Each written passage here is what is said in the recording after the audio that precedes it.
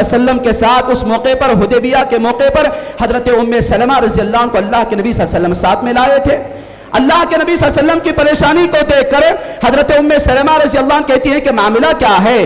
تو اللہ کے نبی صلی اللہ علیہ وسلم نے کہا کہ معاملہ ایسا ہے. تو دیکھیے اپنی بیویوں کو کبھی کمتر نگاہ سے نہ دیکھنا، اپنی بیویوں کو کبھی کمتر نگاہ سے نہ دیکھنا. اللہ کے نبی صلی اللہ علیہ وسلم نے اپنی بیوی سے کہا تو اللہ کے نبی صلی اللہ علیہ وسلم کی زوج محترمہ امہات المؤمنین میں سے ام سلمہ رضی اللہ عنہ نے کہا کہ پہلے آپ وہ کام کرو، آپ جو کام حکم دے رہے ہیں اس کام کو پہلے آپ کیجئے. اللہ کے نبی صلی اللہ علیہ وسلم بات سنے گئے، اس کام پر عمل کرے. اللہ کے نبی صلی اللہ علیہ وسلم کے طریقے کو دیکھ کر پورے صحابہ عمل کرنا شروع کیے. تو گویا کہ زندگی کے اندر یہ گھر چلانے کا طریقہ ہے، یہ گھر چلانے کا طریقہ ہے کہ کبھی بھی مسائل کے اندر شوہر صحیح نہیں ہوتا اور کبھی مسائل کے اندر بیوی غلط نہیں ہوتی.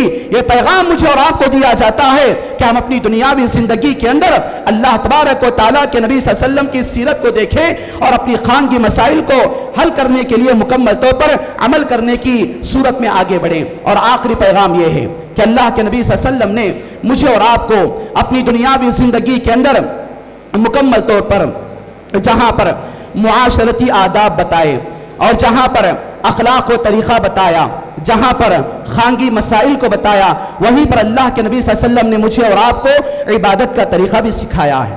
ہم اور آپ کیا جانتے ہیں عبادت کیا ہے؟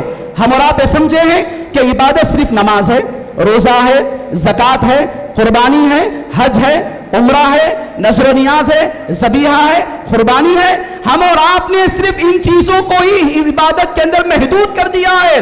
میرے بھائیوں یہ عبادت ہے، یہ عبادت کی شکلیں ہیں، اس سے کسی کو انکار نہیں ہے. لیکن ایک مسلمان کا اپنی دنیاوی زندگی کے اندر بحیثیت مسلمان حالت ایمان میں زندگی گزارے گا تو اس کی زندگی گزارنا بھی عبادت ہے. ایک مسلمان کا سونا بھی عبادت، ایک مسلمان کا چلنا بھی عبادت، ایک مسلمان کا کھانا بھی عبادت، ایک مسلمان کا پینا بھی عبادت، ایک مسلمان کا کمانا بھی عبادت، ایک مسلمان کا اپنی بیویوں کو اخراجات کے دینا یہ بھی عبادت، اپنے بچوں کو پالنا پوسنا یہ بھی عبادت، اپنی زندگی کے اندر معاملات کا حل کرنا یہ بھی عبادت. شرط یہ ہے کہ میں ان تمام دلائل کو آپ کے سامنے دوں، لیکن وقت کی تنگی کی بنیاد پر آپ کو یہ اشارہ دیا کہ عبادت صرف نماز، روزہ، زکوٰۃ، حج، قربانی، نذر و نیاز ہی نہیں ہے.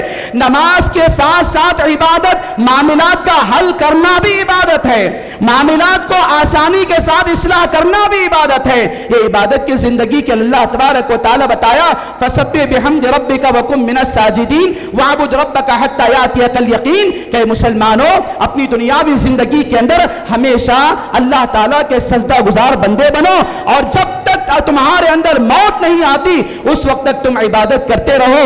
اسی لیے اپنی دنیاوی زندگی کے اندر اللہ تعالیٰ کے ذریعے، اللہ تعالیٰ کے کلام کے ذریعے، اللہ کے نبی صلی اللہ علیہ وسلم کی سیرت کے ذریعے مجھے اور آپ کو جو پیغام دیا گیا ہے ان پیغامات پر عمل کرنے کی ضرورت ہے. میں اور آپ آج کے اس پروگرام کے ذریعے ان ذمہ داران نے جو محنت کیا ہے مجھے اور آپ کو ایک ساتھ جمع کیا ہے، اس کے اندر کوئی ٹائم پاس نہیں ہے، معذرت کے ساتھ اس کے اندر کوئی پیسہ بہانا نہیں ہے، اس کے اندر کوئی شہرت کرنا نہیں ہے، دکھاوا کرنا نہیں ہے، بلکہ قوم کو صحیح راستے کی طرف لانا مقصود ہے. میری اور آپ کا تزکیہ اور اصلاح مقصود ہے. اسی لیے اللہ تبارک و تعالیٰ بتاتا ہے یا ایھا الذین آمنوا لم تقولون ما لا تفعلون کبر مقتا عند اللہ ان تقولوا ما لا تفعلون. اے ایمان والو اس بات کو تم کہتے کیوں ہو جو کرتے نہیں ہو؟ یہ اللہ تعالیٰ کے پاس بڑا سخت ناپسند ہے کہ تم اس بات کو کہو جو کرتے نہیں ہو. اسی لیے ہم مسلمان عمل کے میدان میں آئیں، پریکٹیکلی مسلمان بنے، تھیوری بنے، پریکٹیکلی بنے، عمل کے طور پر آئیں، جستجو کریں، کیونکہ میری اور آپ کی زندگی کے اندر یہ سیرت انقلاب لاتی ہے، یہ سیرت اللہ سے جوڑتی ہے، یہ سیرت انسانوں سے انسانوں کو جوڑتی ہے، یہ سیرت اخلاق کی تعلیم دیتی ہے، یہ سیرت انسان کو انسان بناتی ہے، یہ سیرت مکمل طور پر انسان کو بندوں کی بندگی سے نکال کر اللہ کی بندگی کی طرف لے جاتی ہے، یہ سیرت حقوق سکھاتی ہے، یہ سیرت اللہ کے آداب سکھاتی ہے، یہ سیرت اپنی دنیاوی زندگی کے اندر ایک انقلابی زندگی کے ساتھ پیکر مسلمانی سکھاتی ہے، عملی مسلمانی سکھاتی ہے. جب بھی میرے اور آپ کے اندر انقلاب آئے گا، میری اور آپ کی زندگی میں انقلاب آئے گا. اپنی دنیاوی زندگی کے اندر ان چیزوں کو اپناؤ. اور آخری بات یہ ہے کہ ہم اپنی دنیاوی زندگی کے اندر ان چیزوں کو سننے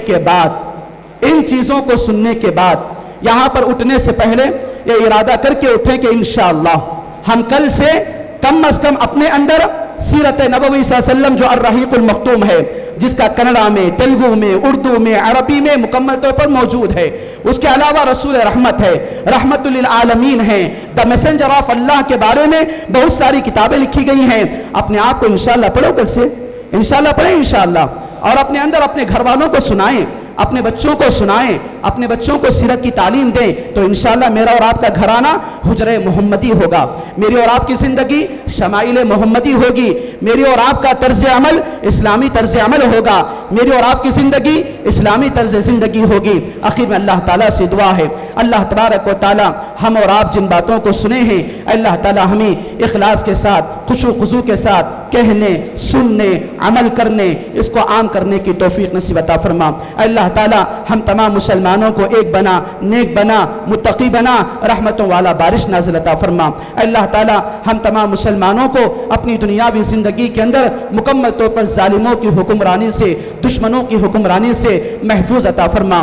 اللہ تعالیٰ ہم تمام مسلمانوں کو متحد بنا اور اپنی دنیاوی زندگی کے اندر سیرت کا عملی پیکار بننے کی توفیق نصیب عطا فرما.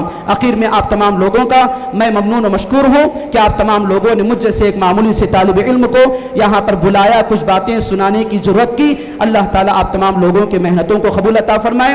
مقامی جمعیت اہل حدیث مانوی کا اور تمام برادران عزیز کا، اپنے نوجوانوں کا، خواتین مرد و حضرات کا میں بے حد ممنون و مشکور ہوں کہ آپ نے کچھ باتیں مجھ سے اور آپ سے سنا ہے. اللہ تعالیٰ مجھے اور آپ کو ان باتوں کو سننے کی توفیق عطا فرما. جو مجھ سے باتیں ہوئی ہیں یہ میری طرف سے ہیں، جو غلطی ہوئی ہے بطور انسانی تقاضا غلطی ہوئی ہے، اللہ تعالیٰ ان کو ہمیں اپنی ذہن و دماغ سے نکالنے کی توفیق عطا فرما. آمین رب العالمین. اقول قولی ھذا واستغفر اللہ لی ولکم وما توفیق الا باللہ. والسلام علیکم ورحمۃ اللہ وبرکاتہ.